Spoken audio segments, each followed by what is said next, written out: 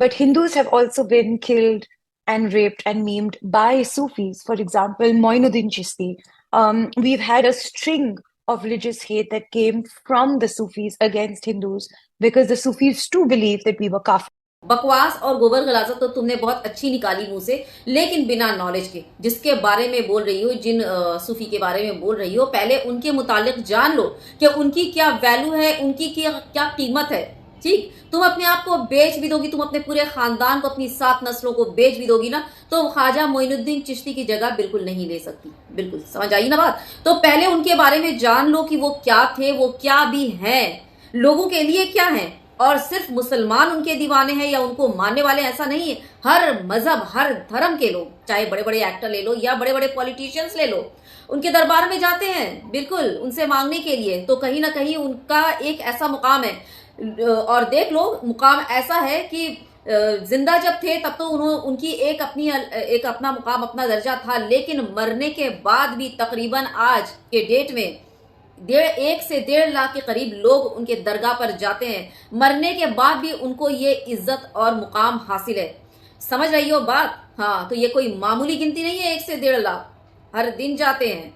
और दूसरी बात, जो सूफी संत होते हैं ना, उनका दुनियावी चीजों से कोई लेना देना नहीं होता। बोलने का मतलब कि उनको दुनिया का कोई मोह नहीं होता, कोई लालच नहीं होती, जिसकी वजह से वो जिंदा रहते हैं तब भी उनको एक मुकाम हासिल होता है, और जब वो मर जाते हैं तो उससे भी ज्यादा आला मुकाम उनको हासिल होता है। ये जो तुम अपने आसपास जो ढोंगी बाबाओं को देखती हो और उससे प्रभावित हो ना, तो अगर सच में वो संत और साधु होते ना, तो वो कभी दुनिया की लालच में और मोह में ना पड़ते। समझ रही हो बात की? तो पहले के जो साधु संत और जितने भी होते थे ना, वो दुनियावी चीजों से बिल्कुल परे होते थे, जिसकी वजह से उनको इज्जत का मुकाम हासिल था। आज के संतों की तरह नहीं। वो देखा ना अभी कुछ दिन पहले, नॉन वेज की दुकान बंद कराने वाले ढोंगी, पूरा संत वाला लिबास पहने और कर क्या रहे हैं, दूसरों को तकलीफ पहुंचा रहे हैं। तो साधु संत जो होते हैं ना, वो ऐसा बिल्कुल घटिया हरकत नहीं करते, और जिसकी वजह से जो असल साधु संत होते हैं, जैसा कि ख्वाजा मोइनुद्दीन चिश्ती, इसी वजह से आज उनको एक मुकाम हासिल है। शायद बात समझ गई हो।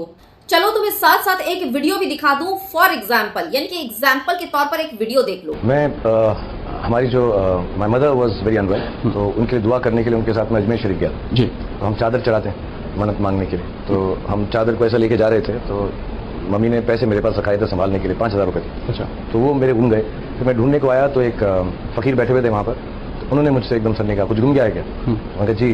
तो उन्होंने कहा 5,000 रुपये में है क्या? तो मुझको ऐसा लगा इनको कैसे मालूम, और मैंने कहा जा, यहाँ आया है दर से खाली हाथ नहीं जाएगा, 5,000 गवाए हैं, 500 करोड़ कमाएगा। क्या बात है। एंड मुझे कभी कभार ऐसी बातों में विश्वास नहीं होता, हम सब पढ़े लिखे, लगता है ऐसा होता नहीं होगा, लेकिन ये मेरे साथ हुआ।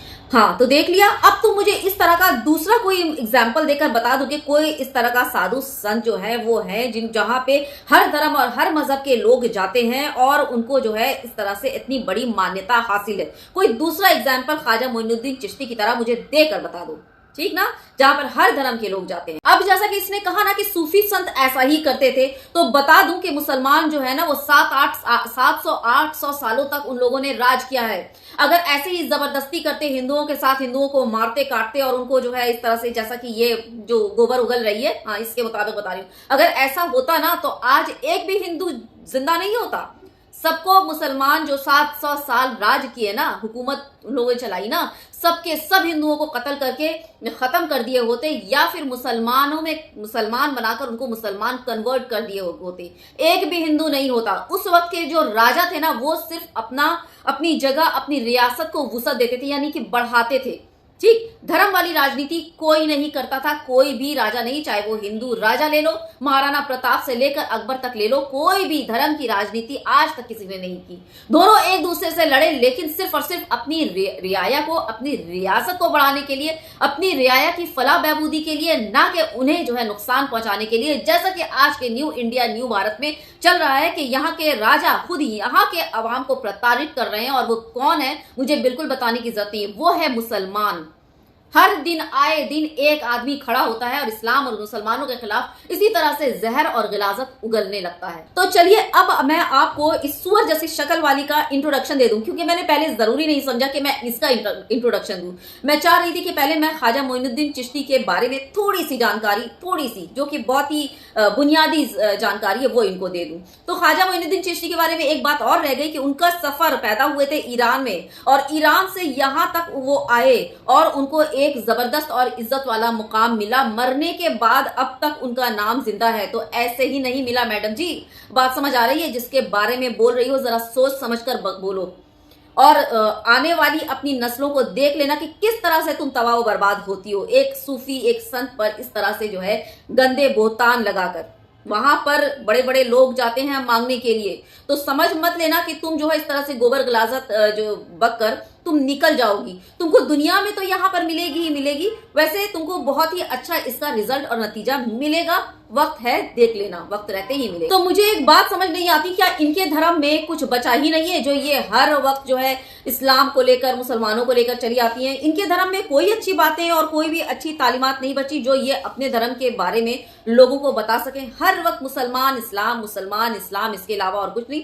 और इसी से अपनी रोजी रोटी कमा रही है और चैनल का अपना टीआरपी बटोर रही है। आज तक इस नूपुर जे शर्मा को कोई जानता था या फिर ओपी इंडिया जैसे न्यूज चैनल को कोई जानता था? कोई पहचानती नहीं। लेकिन आज इसने जो है ख्वाजा मोइनुद्दीन चिश्ती के नाम पर और इस्लाम के नाम पर, मुसलमानों के नाम पर एक जबरदस्त अपनी पहचान बना लिया। और आज के डेट में आप यकीन मान लीजिए, इसने जो इस तरह के स्टेटमेंट दिया ना ख्वाजा मोइनुद्दीन चिश्ती के बारे में, आज से इनको हर एक बंदा जानने लगेगा।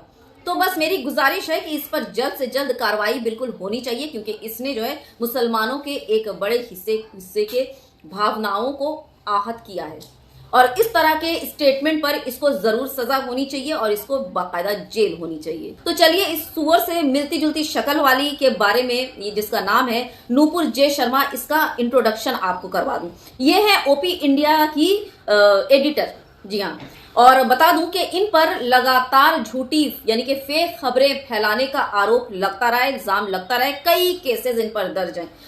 2020 में बिहार पुलिस ने भी इनके ऊपर जो है मामला दर्ज किया था इनके खिलाफ, क्योंकि उस वक्त इन्होंने जो है बिहार वो जो प्रवासी मजदूर थे ना, उन पर हमले की अफवाह फैलाई थी। और इन्होंने जो है वो बिहार की एक हिंदू लड़की पर सांप्रदायिक वो सब कोई मिलकर मारने की का इरादा किया था। उस हिंदू लड़की को, इस तरह की भी एक फेक न्यूज इन्होंने फैलाई थी। और इन तमाम मामलों में, इन पर फेक न्यूज पर, इन तमाम मामलों पर इन पर कार्रवाई ऑलरेडी दर्ज है।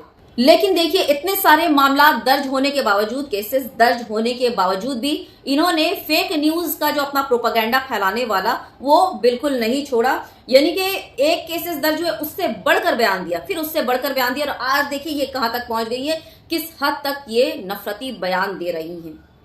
एक नूपुर शर्मा वो याद थी ना, तो ये दूसरी नूपुर जे शर्मा है। तो इसलिए वो नूपुर जे शर्मा से बढ़कर जो है जे का इस्तेमाल वो कर रही है, ठीक ना? हाँ, तो क्या बोलूं, तो इस तरह से अगर केसेस सिर्फ नाम के लिए दर्ज होते हैं, दिखाने के लिए मुसलमानों को लॉलीपॉप के, हाँ देखो केसेस दर्ज हो गए, लेकिन कार्रवाई कुछ भी नहीं होती, कुछ भी कार्रवाई नहीं।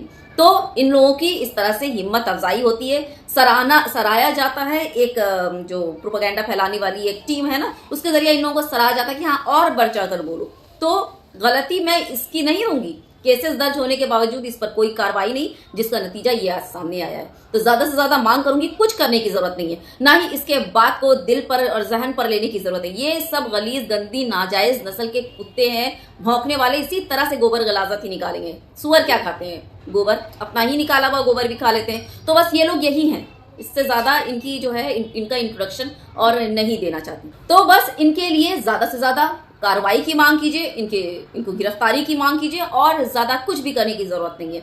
वीडियो शेयर करना बिल्कुल मत भूलिएगा, ज्यादा से ज्यादा वीडियो शेयर कीजिएगा। Take good care of yourself, और इन जैसे नफरती लोगों से बिल्कुल दूर रहिए, बचे रहिए। और इनका जवाब देने के चक्कर में उनके धर्म को ये करना बिल्कुल मत कीजिएगा, ये गलती बिल्कुल भी मत कीजिएगा, ठीक ना? तो बस शेयर कीजिएगा वीडियो ज्यादा। Take good care of yourself. जय हिंद, अल्लाह हाफिज।